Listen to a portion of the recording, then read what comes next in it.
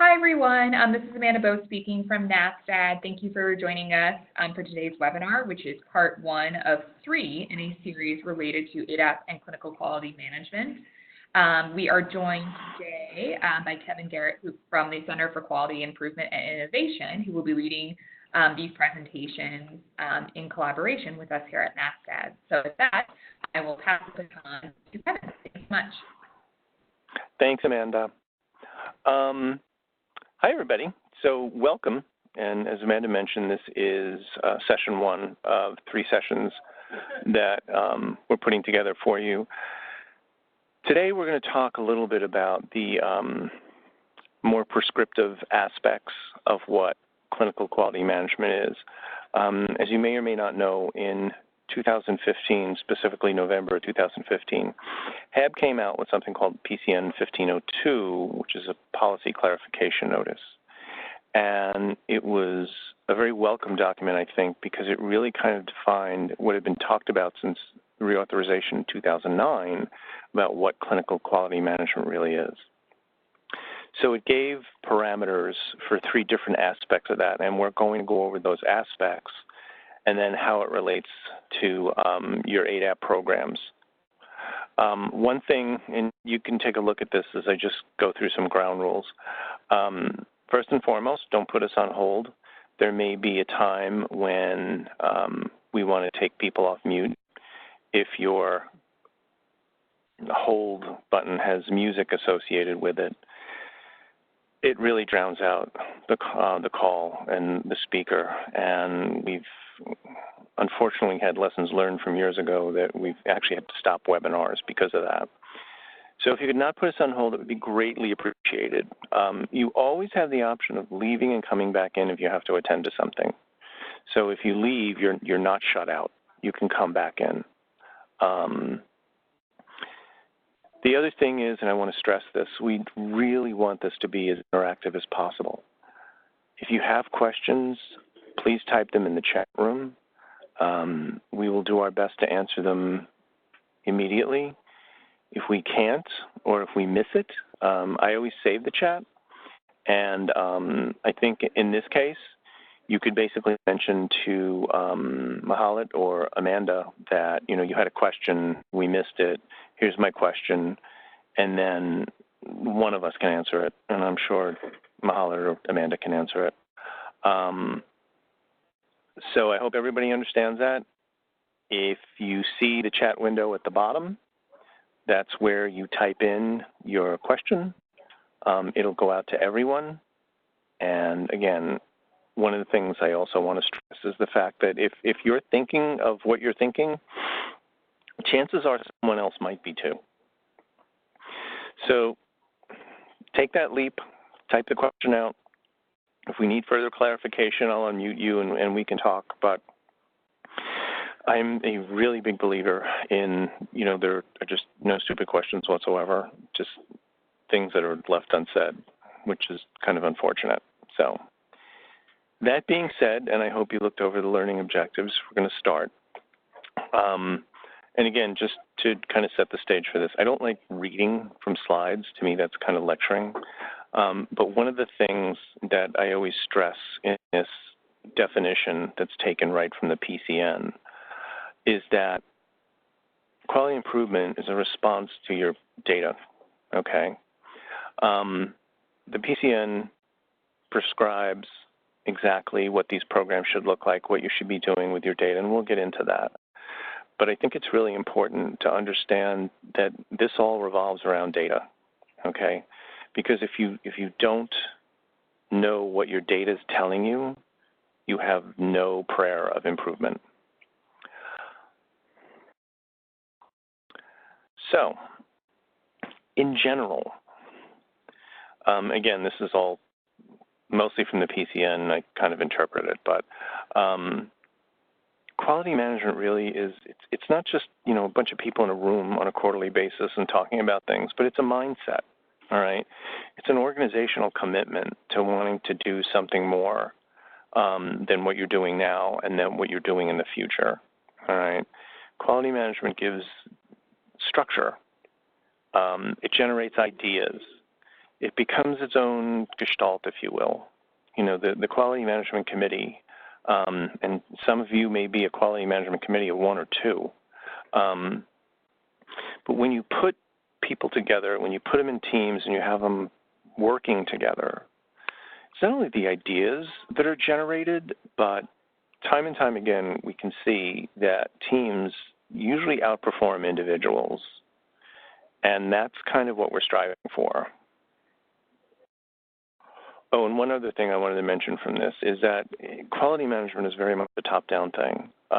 If you can imagine being, I don't know, a case manager or something like that and trying to implement a quality management program without the direction from leadership, it's just not going to work, okay?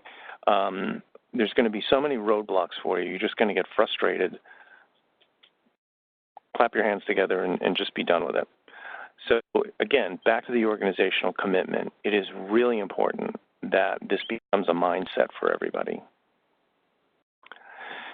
So specifically onto PCN 1502, and as I mentioned before, it's divided into a couple of different points. There's 3 points that comprise a quality management program, and we'll talk about each one. The first one is, well, before I do that, it's applicable to parts A through D, including ADAP, all right? As I mentioned before, it really kind of defined what was meant in the 2009 legislation concerning clinical quality management. It's really good at scoping out what your program should look like, and it's really a very helpful document. So if y'all haven't read it yet, I would suggest you read it 3, 4, and 5 times. I read it about 15, and each time I kind of pick up little nuances and stuff like that. It's really very helpful for everybody. And it's what HAB's going to judge you on as they do site visits, right? Because now they've given you this tool to structure your quality management program, and they're going to want to know how you've taken this tool and run with it. So these are the 3 components of what HAB considers a good clinical quality management program or a robust clinical quality management program. Obviously, in infrastructure, you know, we talk about infrastructure all the time. That's your data collection mechanisms, whatever you use. It's your staff. It's the resources you have for the staff. It's how you conduct trainings, things like that. Performance measurement, again, data is kind of the key that drives this. And then quality improvement is how you use that data to do something better than you've done before. And that's really what quality improvement boils down to. There's a lot of different methodologies to it. Some of you have heard of Lean. Some of you have heard of Six Sigma. There's just a number of different ideologies to doing this, each with its own merit. Lean looks at eliminating waste and delivering value to the client. Six Sigma was developed by a company called Motorola, who's pretty much out of business now, but for other reasons. But Motorola found in the 1980s, when they started making CPU chips, the chips that drive computers, that they had too many failures. And for those of you that know this, CPUs are made out of silicone. So everything's etched, little circuits are etched on that big piece of silicone.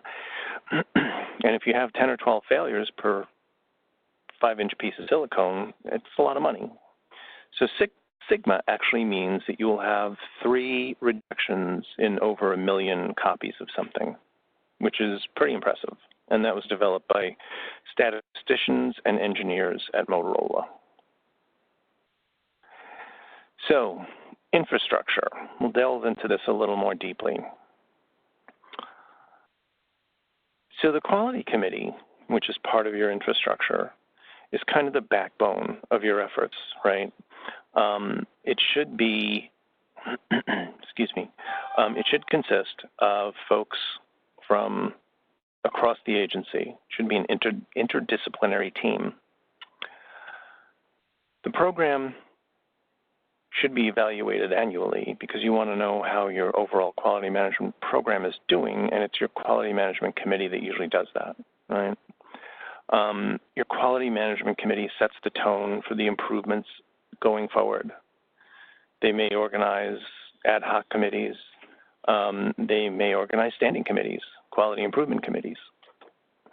It depends on each organization. Obviously, if you're in a large hospital system, you have a lot more staff and flexibility. If you're in a big Part B, like California or New York, you have a lot more flexibility with staff.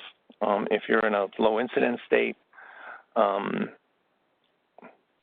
of the folks that I heard from years ago was Guam, and Guam is a territory of the United States, and they get Ryan White money in their Part B program. There's one person doing the entire program. So you have to kind of look at it from a resource allocation piece too.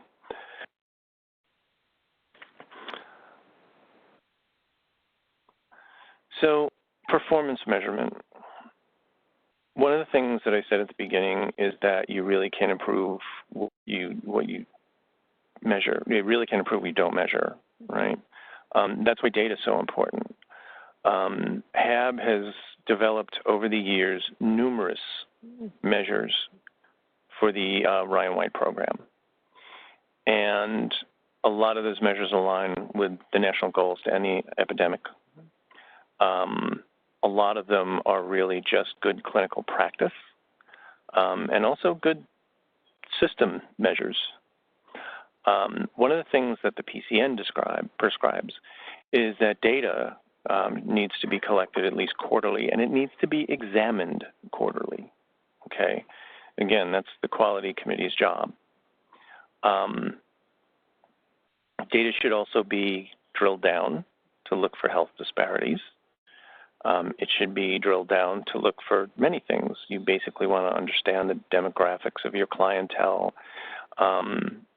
If you look at recertification rates, let's say, and you see that you're at 85%, well, yes, you have a 15% shortfall there.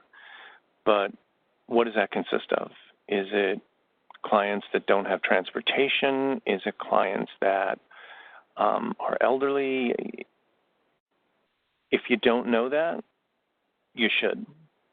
That's what drilling down your data is. It's really understanding what the shortfalls actually are and how you can address that from a programming standpoint. Okay, so choosing measures. Again, you can see that quote right from the PCN up there, but it just kind of makes sense, right? That it should be reflective of the services, the local epidemiology, and identified needs of people living with HIV. And then the rest of it, this is more prescriptive than in the first version of the PCN, and it really clarified a statement that was made for performance measures in the initial document that basically said you need to have two measures for service categories that basically take up a lot of the money, really not specific at all. So this is a lot more specific. It's based on units of service. And I highlighted the ADAP piece there because I believe that was not only suggested by NASDAQ, but it was also suggested by the ADAP PO at HRSA. So basically, I just put that example at the bottom, but if you have 100 clients and 55% receive mental health services, you need two performance measures because they're receiving over 50% of the clients are receiving at least one unit of service in mental health. Okay. So, Paul, you can find the performance measures on the HAB website, but if you do a Google on HAB performance measures, it'll come right up for you. And there's about 30 of them, I believe. They're organized into category. There's core measures, there's system measures, there's ADAP measures. But they should be easily identifiable. Oh, and I'm sorry, I put the link right at the bottom as well. That should bring up the PDF document too. Unfortunately, it's not clickable through here. The ADAP performance measures are within the HAB measures. There's a whole section for ADAP. There's only 4 of them. We'll talk about those later. But again, if you just do a Google on HAB performance measures, you'll be able to find it. There's also a really good FAQ document with it. So you may want to download that as well because it answers some questions that maybe the measures might bring up. So Christine, basically what HAB was saying was that the majority of clients will receive at least one service in a year over and above ADAP. So they basically are saying that you must have 2 or more performance measures. Maybe that's not true in every case. I don't know. I think it depends on the size of the program and what services are being offered elsewhere. But I think from the standpoint of the fact that clients are probably not just getting ADAP, they're getting something else, maybe mental health services, maybe ambulatory care in the same facility. I think that that's where that really kind of comes from. Kevin, I just want to add, I think I've also heard from HRSA as well, the expectation of 2 or more performance measures for ADAP specifically to ensure that you are just generally well representing how effective your ADAP is and have a holistic view by having more than one just performance measure. So that might also be part of it too. There's a lot of overlap between Part B and ADAP in terms of clients served. So ADAP should be a part of the overall Part B CQM infrastructure, and therefore you would want to have more than one that makes sense. Measure anyway because of that overlap. Sure. So Christine, does that answer your question?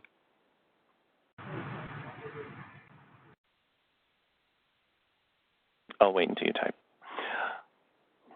Okay, so, and we can go back if it doesn't. So quality improvement activities.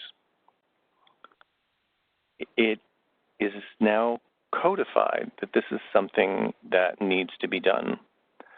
A lot of people have heard the word CQI, which in the rest of the world means continuous quality improvement. HAB kind of used it to mean clinical quality, well, CQM is clinical quality management. But bottom line is that these activities need to be conducted not just on a one-shot thing. What they've been looking for more and more is if you're not only analyzing your data, you're using the data to improve, and that improvement is constantly going on. So it is up to you as to what methodology you want to use. If you want to use the model for improvement, if you want to use Lean, if you want to use Six Sigma, that's up to you. It's whatever you're comfortable with. It's whatever you think your staff can handle. I will say right now that Six Sigma is much more math-oriented. It's a lot of statistics, which it's fine, but it tends to limit the amount of people that can be drawn into quality improvement activities and a quality management committee. Documentation is really, really important, okay? Again, when HAB goes out and looks at quality management activities, what your committee is doing, things like that, when they look at your improvement efforts, they want to see what your documentation is. They want to see that you're doing PDSA cycles or something equivalent. And another thing in the PCN, which I'm kind of thinking all you guys are from Part B programs, but subrecipients are required to conduct at least one quality improvement activity with guidance from the recipient, meaning the Part B program in this case. So that's somewhat of a change. It really kind of made it mandatory, as opposed to just, kind of putting it out there and letting it be interpreted by different POs in different ways. It really kind of put the onus then on Part B recipients, or whoever the recipient is, to make sure that the folks that they're giving money to are doing quality improvement activities within the context of the service that they provide.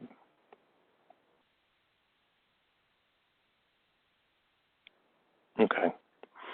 So just to give you some for instances, you really want improvements to be goal-focused, right? You just don't want to say, yeah, we need to improve viral suppression. You need to have some idea of what that means.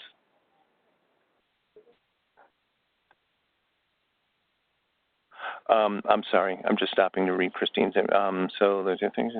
In a piece is not outlined the PCM 1502. Is there a reference guide that has the information?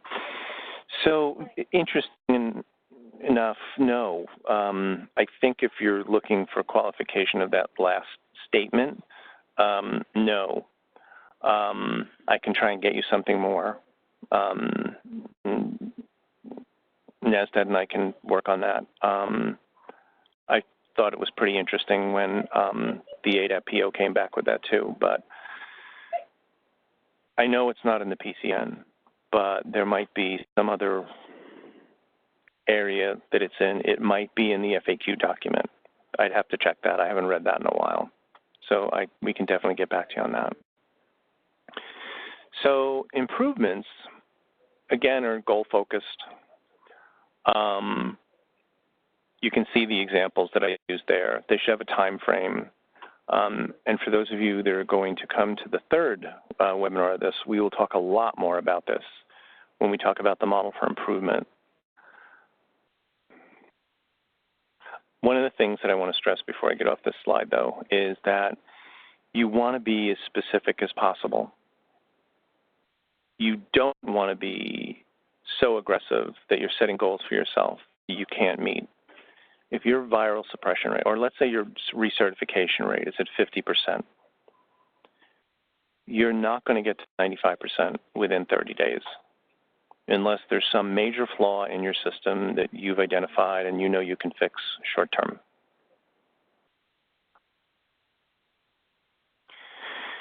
So, implications for ADAP. So these are the measures that have been released for 10 years now. And one of the things that, I don't know if I'm talking out of school, I don't think so, but there's apparently work underway at HAB to kind of look at the measures and redefine them. What that means, I don't know. The ADAP PO did not have any specifics. And bottom line is, we have no idea when new measures may be forthcoming. However, we do know that at some point in time, they are forthcoming. But these are the ones that you have now. And as you look at these, you can see that there's 4 of them. Another thing that I'll mention about HAB measures is that they encourage you to basically tweak the measures depending upon your local epidemiology, your local needs and requirements. Don't change them so far that they don't resemble what you started out with. But they recognize the fact that one size doesn't always fit all. So I like this quote, and I throw it in whenever I get a chance to. Bottom line is, and one of the reasons why I stressed reading the PCN over and over again is to understand it. One of the things that I used to hear when I was a kid is that, oh, he's got a lot of experience, and that's great, as long as you're using that experience in the right way. I mean, you could be doing something wrong for 20 years, and if nobody tells you you're doing something wrong for 20 years, well, you'll just do it another 20. They will, Tammy. I'm going to give the slide set with the link to the recording to NASDAD, and Amanda and Mahalit said that they were going to send it out through their normal channels. So one of the things that I want to do is just to get you, you're welcome. One of the things I want to do is get you familiar with not only the measures, but to look at them with a more critical eye, right? So I have 3 questions here. I'm going to give you guys a minute to read this over, and you can type in the chat room the answer to any question you want. but I just want you to think about what might be missing or what information you'd like to see in this.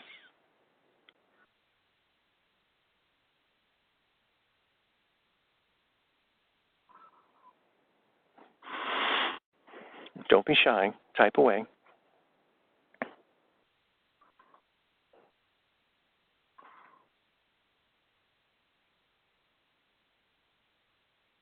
Okay. No goal. Okay. What else? It's a good start.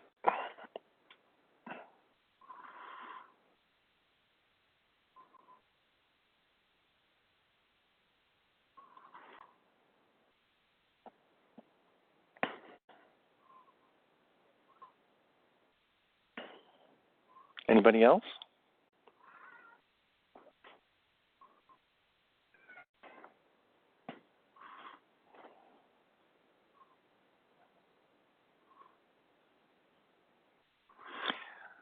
Paul, thank you. Thanks, Susan. Hello, by the way.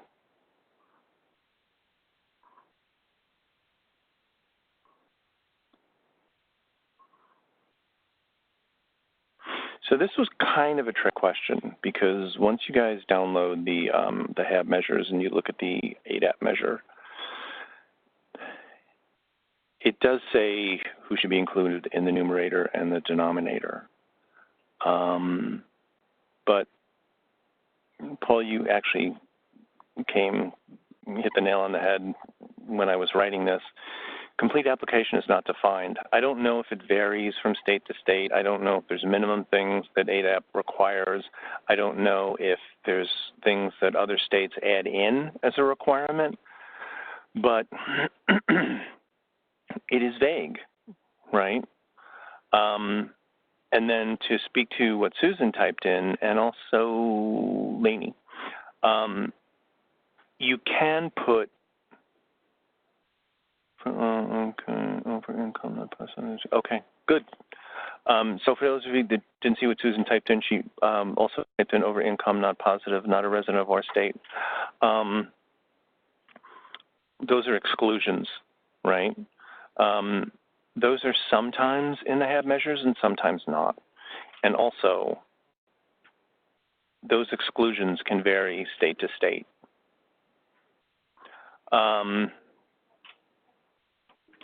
So also, the improvement by how much is usually defined in more of a goal, right?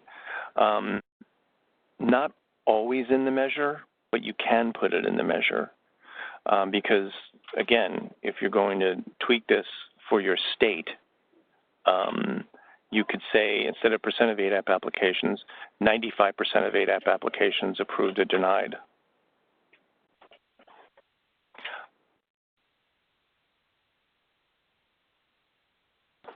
Sorry about that. So I'm going to move on to this. That was really good, you guys, by the way. So here is just answering what was being asked on the last slide. Take a minute to look at this, see what I typed out, and if you have any questions, once again. Oh, and Paul asked, new ADAP enrollment, new to any ADAP, new to this state's ADAP, return to security. Okay, that's great, Paul.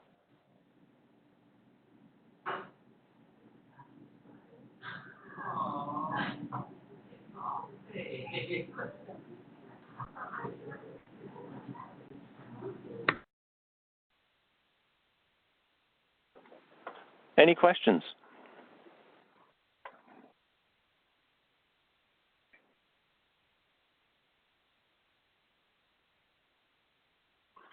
Oh, and that last question at the bottom, can you score 100% on this measure if you turn down every eligible application? And in theory, yes, you could.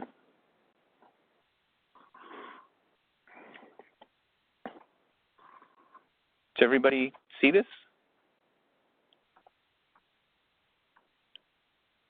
I'm going to move on. Okay.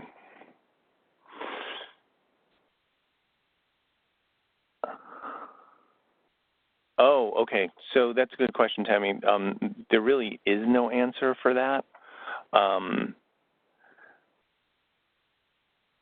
If you did it in 3 weeks, then you violated the measure, right? So in other words, you can't count the person in the numerator. It has to be processed, and that means approved or denied within 14 days. So if you're outside of that, then you failed the measure. Good question. Yeah, Kevin, sorry, this is Amanda again, just to jump in.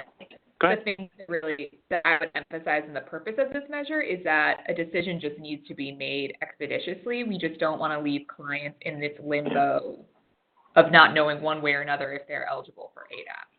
Right. I think that's the underscore. It's not that everybody's accepted, but that it's a complete application. Yep. That is then a decision is made based off of this.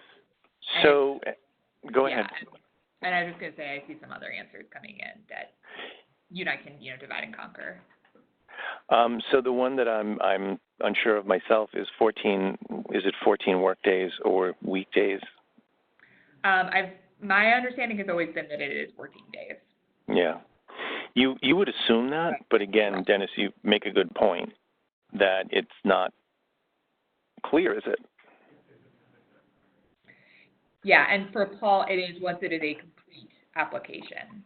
And yeah, that is determined by your state in terms of what you choose to include as required components to your application. But generally speaking, per the earlier comment, you need to establish somebody's eligible, so they need to be living with HIV and have documentation. They have to meet the definition of low income and residency in the state, and anything else that the state chooses to include, like other payers and stuff like that. Exactly. So, I mentioned exclusions. Excuse me, I'm losing my voice. Okay, so I mentioned exclusions before, but it's something you have to be aware of. For ADAP, it's pretty cut and dried, but with other measures, it may not be. I'll just throw out an absurd example. You're not going to try and give a PEP test to men over 55, right? They're excluded. Even though they come into your clinic, you're not going to do that. There may be certain things that certain states have in their ADAP program that, that might determine who's excluded from the program. Maybe it's income level. Rosa is asking, incomplete applications received and not processed within 14 days will be considered numerator or denominator. So if I understand you right, it would be the denominator, you would count the person in the denominator. Oh, wait, that's kind of a twofold thing. Yeah, go ahead. I would say they're not included in either, because the denominator is everybody who incomplete the application for. And then the numerator is the number of those people whose applications are approved or denied within 14 days. So if somebody's application isn't completed, they're not included in this measure at all, or in that particular measure. Yeah, so, I mean, I'll go back to the measure for a second. I'm pretty sure it says, come on. There we go. Percent of a complete application. So, yeah, that's totally right. You wouldn't count them at all because it's not a complete application. Let's see. Let me see. Jimmy is raising point to note. HRSA leaves the application start date is defined by the program. Thus, failing this measure realistically means HRSA found applications that were obviously complete, yet set unprocessed for greater than 14 days while the client remained inactive. Cool. Thanks, Jimmy. Okay. Here's another one. Now that we talked about exclusions here, take a look at this, see what you think.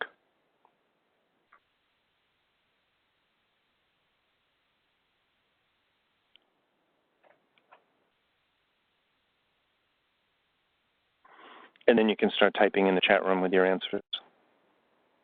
Okay. Thanks, Todd. And you're right, by the way. Thank you.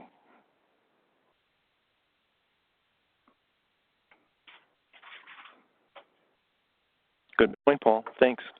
Clients lost care. And Todd mentioned incomplete applications.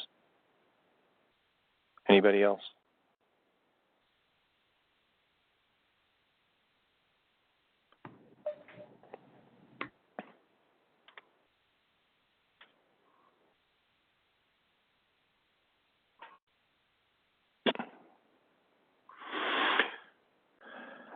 Those who did not complete enrollment. Okay, good.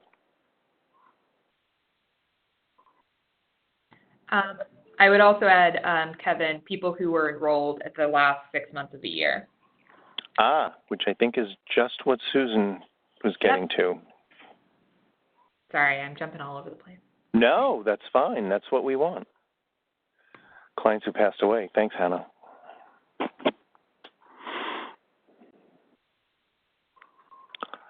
And then Tammy asked, what about those with a gap in enrollment? So let's see, a gap in enrollment to me, it depends on when the,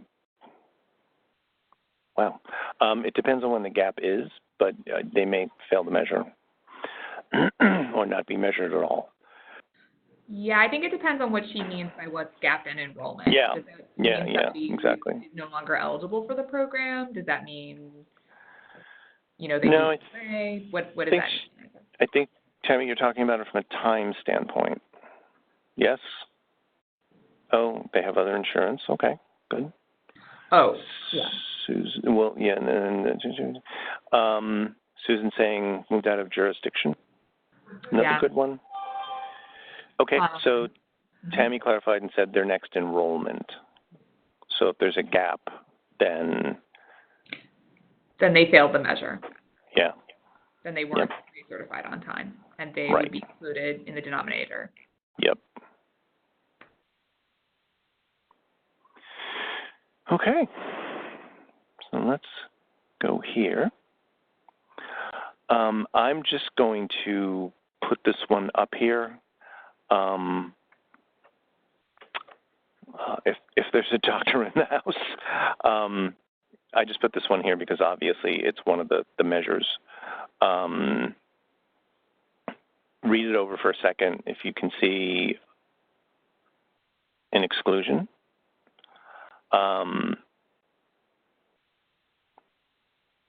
And this really was meant to be phrased as a question, but to me it seems like the measure wants to see if you have the most current drugs in your formulary.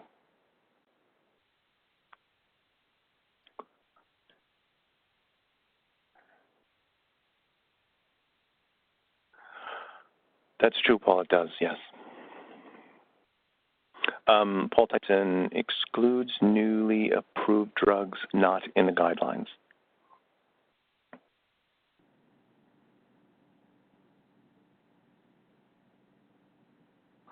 And then Jimmy typed in, can be difficult for states that legislatively mandate cost neutrality for ARVs prior to formulary inclusion. Nice. Thanks, Jimmy.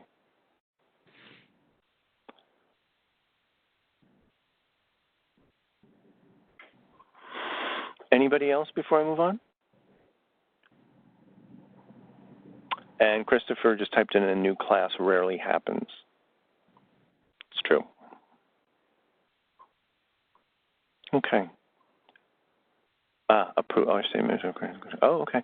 Approved drugs, but not included in the local formulary. Thank you, Dennis. Okay, and this is the last one.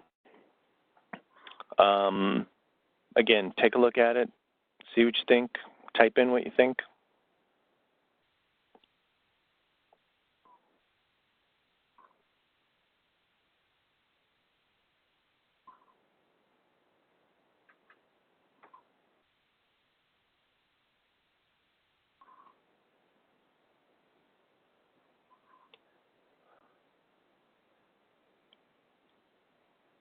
Oh, good point, Pekka. Yeah. And you're right, Paul, it does require clinical input. We have a doctor on staff who's now our medical director, but used to do exactly this for our ADAP program. And I didn't mention this before, but CQII is part of the New York State Department of Health.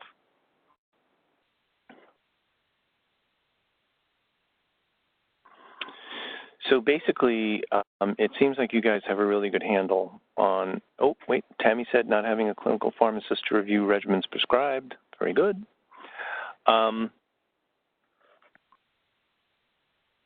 You guys have a really good handle on the ADAP measures, and you've been really good at identifying some of the exclusions, some of the issues, some of the non-specificity of them. And I think it's important to look at measures from that standpoint, no matter what the program, simply because of the fact that there's no measure that fits all, okay? One of the things that's kind of trending in HIV now is the fact that retention measures don't take on as much impact as they used to, because literally some clients, see the doc once a year, maybe 6 months. They may go in for labs every 4 months, but medical visits taken on a whole new meaning, and even HAB is rethinking their retention measure just based upon that. What did Susan say? Okay, so Susan says clients who only need one drug component from the ADAP because the balance of the cocktails are provided by clinical trial. Very good. And Jimmy writes that results can vary depending on the type of model your ADAP operates, albeit a contract pharmacy versus a broad network. Wonderful. Thanks, you guys. This was really good. So this is just kind of recaps what we've been talking about the last couple of minutes in terms of the measure. You've really kind of identified certain things which are missing, certain nuances to them. So I won't belabor this because y'all know this really well. So before I open it up for questions, one of the teasers I will leave to you is the fact that you have your measures, you're collecting data.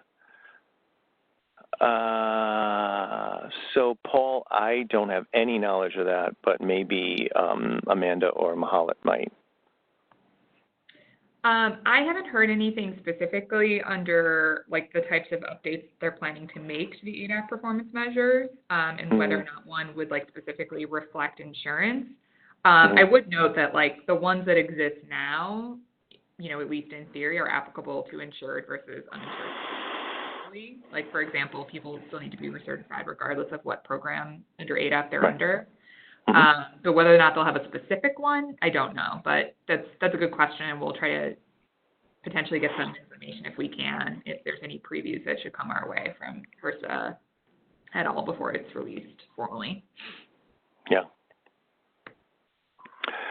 So for next time, here's the teaser. We're going to talk about what you can do with your data, specifically tools. These are helpful not only for ADAP, but I think they're helpful in other areas as well for those of you that have a broader quality management responsibility than just an ADAP program. One of the things, again, that I mentioned in the beginning, but when HAB goes out on the field, one of the things they're finding is that people aren't really doing either deeper dives into their data or really kind of looking at their data quarterly, and they're not using quality improvement tools. So I wanted to go over some of those tools, and there's hundreds. So I wouldn't be able to cover them unless it was a full-time job, but bottom line is I want to go over some of the more popular ones. One of the good resources that I can point you to now if you want to get a head start on this is the ASQ website, and it's ASQ as in quality.org. And if you just do a search on 7 tools of quality, you can see what they recommend and what are considered in the field the 7 tools of quality. I think they're really helpful. It's a broad range of tools that are useful to deal with data in different ways, how to parse your data in different ways. And that, I think, is one of the best resources in one concentrated place to find information about some of these things. So with that, I will open it up to questions. And Tammy asked the first one, actually, do you have any specifics on performance measures for local counties? Hold on one second. Okay, specifically when state office performs programmatic monitoring. I don't. I can tell you that now. I don't know if, Amanda, you've seen anything like this. No, I mean, so Tammy, so if when you're talking about local counties, you're talking about like subrecipients that are funded through Ryan-White Part B or ADAP. They would be in theory subject to the same, Part B performance measures as funded agencies, or if they're receiving any Ryan-White funding, I mean, the performance measures are the performance measures. They can, select which ones to focus on for a CQM perspective, but those are the ones that apply sort of across the board. Yeah, and keep in mind, too, that HAB encourages folks to take these measures and kind of tweak them to meet their local needs. So they may be out there. I don't know of a source where you could really go without kind of contacting each county in your state. I think it would be worthwhile to know that, but I just don't know how you get the information. Yeah. Anyway, but like Amanda said, I mean, there's 4 measures, and they're useful. Bottom line is, when a state office goes out and performs program monitoring, they'll probably want to see what the counties are doing, what the local municipalities are doing, whatever, and judge from there, whether they're looking at viral load, or whether they're just using the ADAP measures. It depends. Mm-hmm. Any other questions? Yeah, you're welcome.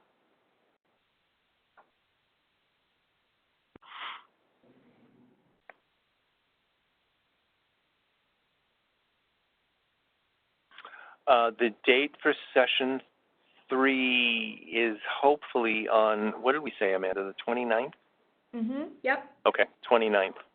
Yep. So I think we're just finalizing that shortly, and we'll send out, when we send an updated reminder memo for next week, we'll make sure to include the final date for Part 3, so you all can also have that on your calendar. Yeah.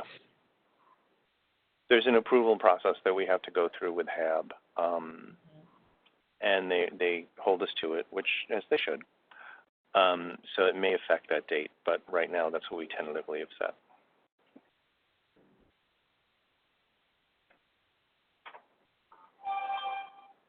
Any other questions?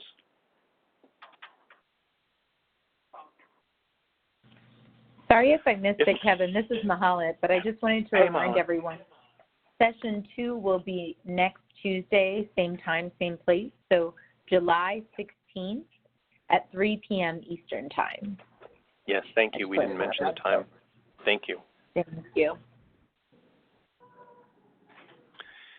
So if there are no other questions now, as I mentioned, you can email Amanda or Mahalit and find out, excuse me, maybe you'll think of something later that you wanted to know and that we didn't cover. I just want to add, I have an inside scoop potentially. So, nice. Regarding the new ADAP performance measures, a little birdie told me that will probably coincide around when the updated ADAP manual would come out, so that they're closely aligned. So hopefully that could be later this year. But I know we've heard rumors of this coming out for quite some time, but I think that those will be closely aligned with the timeline. Good. Well, that's good. Okay.